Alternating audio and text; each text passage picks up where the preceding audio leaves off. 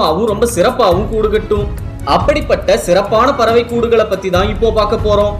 உலகத்திலேயே ரொம்ப ரொம்ப அழகான பறவை கூடு எதுன்னு தெரிஞ்சுக்க இந்த வீடியோவை ஸ்கிப் பண்ணாம கடைசி வரைக்கும் பாருங்க. வீடியோ பிடிச்சிருந்தா மறக்காம லைக்கும் ஷேரும் பண்ணிருங்க. Ovenbird. ஓவன் பேர்ட் வட அமெரிக்கா, மத்திய அமெரிக்கா மற்றும் கரீபியன் தீவுகளில் வாழக்கூடிய சின்ன பறவை. இந்த பறவைக்கு அது கட்டக்கூடிய கூடு மூலமா தான் ஓவன் பேர்ட் அப்படிங்கிற பேர் வந்திருக்கு. ஓவன் பேர்ட் சுமார் 6 வாரம் செலவு செஞ்சு களிமண்ணையும் வேற ஒரு சில இலை மற்றும் நாரையும் கலந்து மண்ணால செஞ்ச சமையல் பாத்திரம் மாதிரியே கூடு கட்டும். அந்த கூட்டை புதுசா பார்க்கும்போது ஏதோ ஒரு உண்மையான மண்பானைய மரத்து மேல வச்ச மாதிரி ரொம்ப தத்ரூபமா இருக்குமா.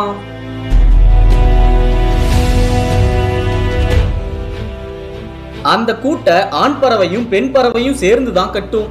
பொதுவா ஓவன் பேர்ட் அதோட கூட்டை அதுவா தான் கட்டும். ஆனா சில நேரங்கள்ல மனிதர்கள் தயாரிச்ச பானை அதுக்கு வசதியான இடத்துல கிடைச்சா அதையே தன்னோட கூடா மாத்திக்குமா. இந்த பறவைக்கு காட்டுப்பகுதியும் கிராம பகுதியும் தான் பிடிக்குமா. அதனால இத அங்க உள்ளவங்க மட்டும் தான் அடிக்கடி பார்க்க முடியும். யூரோப்பியன் பீ ஈட்டர். இந்த பறவையோட பேரு யூரோப்பியன் பீ ஈட்டர் அப்படின்னு இருந்தாலும் இது ஆப்பிரிக்கா மற்றும் மேற்காசிய பகுதிகளிலையும் கூட வாழும். இந்த பீ ஈட்டர் மற்ற பறவை மாதிரி மரத்து மேல கூடு கட்டாது. அதுக்கு பதிலா ஆற்றங்கரையிலையும் சில காட்டுப்பகுதியிலையும் உள்ள மண்மேடுகள்ல சின்ன சின்ன பொந்து உருவாக்கி அதுக்குள்ளதான் வாழும். அதுக்காக மென்மையான ஆனா மணல் மாதிரி ரொம்ப வலிமை குறைவா இல்லாத மண்ணை தேர்வு செஞ்சு முதல்ல தன்னோட அழக வச்சு மண்ணை கொத்தி அதை காலால வெளியே தள்ளி சின்ன பொந்த உருவாக்கும்.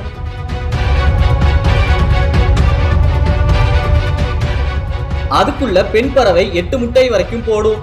அதை ஆண் பறவையும் பெண் பறவையும் சேர்ந்து தான் காவல் காக்கும். முட்டை பொறிஞ்சி சின்ன பறவை வெளியே வந்ததுக்கு அப்புறமாவும் இரண்டும் சேர்ந்து தான் குழந்தைகளுக்கு இரை தேடும். ஏதாவது ஆபத்து வர வாய்ப்பு இருந்தா மட்டும் பெண் பறவை கூட்டிலேயே இருந்து காவல் காக்கும். அந்த சமயத்துல ஆண் பறவை தான் தன்னோட குழந்தைக்கும் தன்னோட ஜோடிக்கும் சேர்த்து இரை தேடி கொண்டு வரும். Little creep. லிட்டில் கிரீப் ஒரு நீர் பறவை. இது கூர்மையான அழகோடையும் கருப்பு நிற கழுத்தோடையும் இருக்கும். இந்த பறவை தண்ணிக்கு நடுவுல சின்னதா ஒரு தீவு மாதிரி நிலையான கூடு கட்டும். அந்த கூட்டை நீர் தாவரங்களையும் தண்ணிக்கு பக்கத்துல வாழக்கூடிய மற்ற செடி கொடிகளையும் பயன்படுத்தி தான் கட்டும். அந்த கூடு பெரும்பாலும் தனியா இல்லாம நிறைய செடிகள் இருக்க இடத்துல மறைவாதான் இருக்கும். அதனால அந்த கூடு இருக்கிறது மற்றவங்களுக்கு சீக்கிரமா தெரியாது. இது மூலமா கூட்டோட பாதுகாப்பு உறுதியாகுது.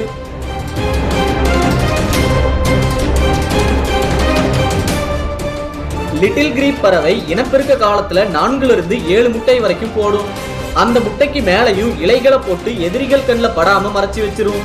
அந்த முட்டையிலிருந்து வெளியே வர சின்ன பறவை வெளியே வந்த சில நிமிட நேரத்திலேயே தண்ணியில நீச்சல் அடிக்குமா. ஆப்பிரிக்கன் ஜக்கானா. தண்ணி மேல நடக்கிறதுலாம் எனக்கு பிரச்சனையே இல்லைன்னு சொல்ற மாதிரி தண்ணி மேல ரொம்ப சாதாரணமா நடக்கக்கூடிய பறவை தான் ஆப்பிரிக்கன் ஜக்கானா. இந்த பறவையோட கால் நல்லா அகலமா இருக்கதால தண்ணியில சின்ன சின்ன நீர் தாவரம் இருந்தாலே அது மேல இந்த பறவை சுலபமா நடக்கும். இப்படி இது தண்ணி மேல நடக்கிறதால இத ஜீசஸ் பேர்ட் அப்படின்னு கூட சொல்றாங்க.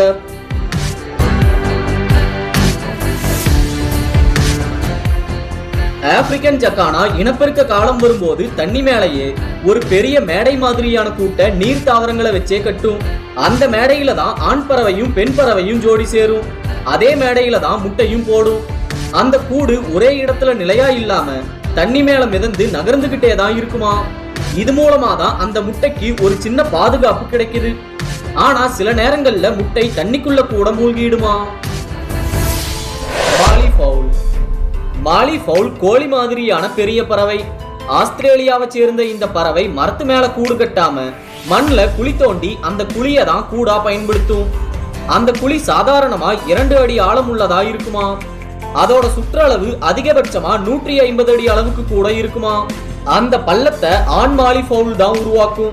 முதல்ல பள்ளத்தை தோண்டி சின்ன சின்ன குச்சி, இலை, மற்ற மென்மையான பொருட்கள் அப்படின்னு நிறைய பொருட்களை நிரப்பி அதை ஒரு நல்ல வசதியான கூடா மாத்தும்.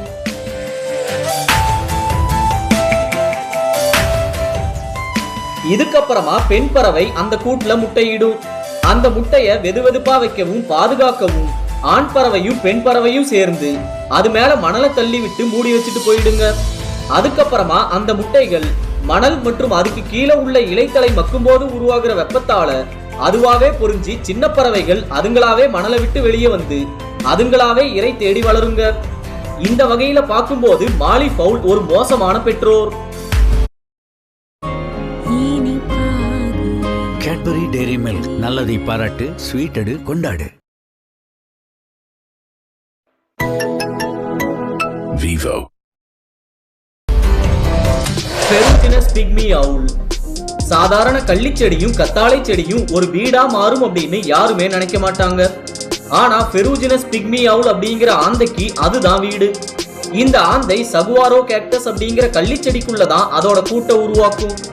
அந்த கள்ளிச்செடியில இயல்பாவே சில சமயம் துளை ஏற்படுமா, அந்த துளையில தான் பிக்மி அவுல் வாழும்.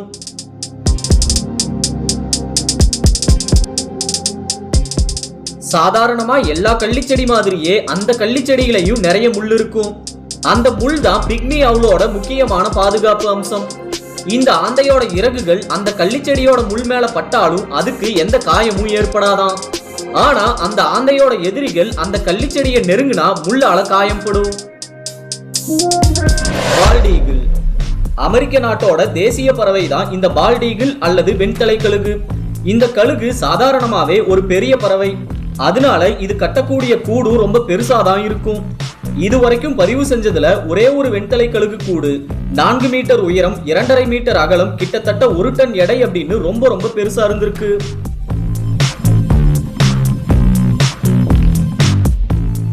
பொதுவா இந்த கழுகு பெரிய பெரிய குச்சிகள் மூலமா உயரமான இடத்துல பெரிய கூட்டை கட்டும். அந்த கூட்டோட நடுப்பகுதியில மட்டும் வைக்கோல் மாதிரியான மென்மையான பொருளை போட்டு வைக்கும். இதனால சின்ன பறவைகள் அதுல வசதியா தங்க முடியும். அதே மாதிரி இந்த கழுகு இறை தேட போற தூரத்தை வச்சுதான் கூட்டோட அளவை முடிவு செய்யுமா. அந்த கழுகு இறை தேட போகும்போது கூடு அதோட கண்ல இருந்து மறையக்கூடாது. அதுக்கு தகுந்த அளவுக்கு தான் கூடு இருக்கணும். ஸ்விஃப்ட்லெட். வேற எந்த பறவையோட கூட்டுலையும் இந்த ஸ்விஃப்ட்லெட் அப்படிங்கிற சின்ன பறவையோட கூட்டுல உள்ள தனித்துவம் இருக்காது.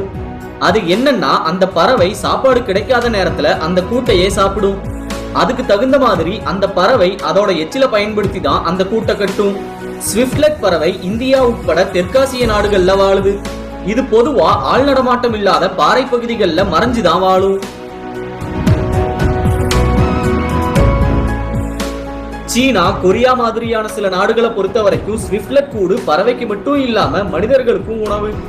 அதுவும் சாதாரண உணவு இல்ல, நிறைய மருத்துவ குணம் உள்ள ரொம்ப மதிப்பான உணவு.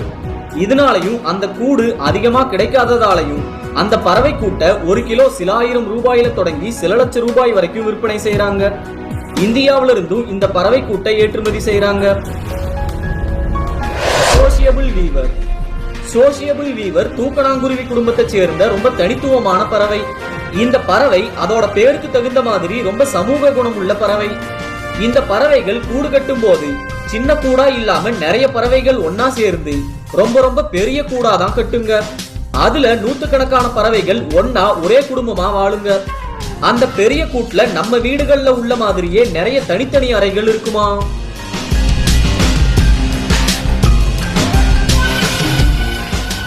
இந்த மாதிரி நிறைய அறை அறையா இருக்கக்கூடிய பெரிய கூட்டை இந்த சோசியபிள் வீவர் வகை தூக்கணாங்குருவி மட்டும்தான் கட்டும். இன்னொரு முக்கியமான விஷயம், இந்த பறவைகள் அதுங்களோட இனம் மட்டும் இல்லாம தனக்கு ஆபத்தை ஏற்படுத்தாத மற்ற இன பறவைகளையும் அதுங்க கூட்டுக்குள்ள விருந்தாளியா வந்துட்டு போக அனுமதிக்குமா. பறவை உலகத்துல ரொம்ப ரொம்ப சிறப்பான இன்டீரியர் டெக்கரேட்டர் யாருன்னு பார்த்தா அது பவர் பேர்ட் தான். இந்த பறவை கட்டக்கூடிய கூடு முதல்ல சாதாரணமா தான் இருக்கும். ஆனா ஆண் பறவை கூட்டை கட்டி முடிச்சதுக்கு அப்புறமா பல திசைக்கு பறந்து கலர் கலரா பிளாஸ்டிக், மத்த பறவையோட இறகு, பளபளப்பான நாணயம், துப்பாக்கி தோட்டா அப்படின்னு எதையோ கொண்டு வந்து கூட்டை அலங்காரம் செய்யும்.